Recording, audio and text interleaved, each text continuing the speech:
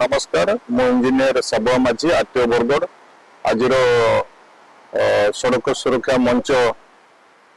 zero fatality 16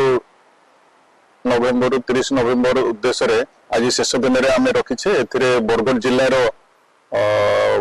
15टा विभिन्न संस्था 10-10 जन को आम डाकीचे एवं एमर उद्देश्य रहा कि तांकर मतामत आम आज संग्रह करूँ से लिपिबद्ध रखू कि बरगढ़ जिलार रास्तार परिस्थिति गाड़ी जानवाहन परिस्थिति एवं दुर्घटना हार एवं दुर्घटना केमिति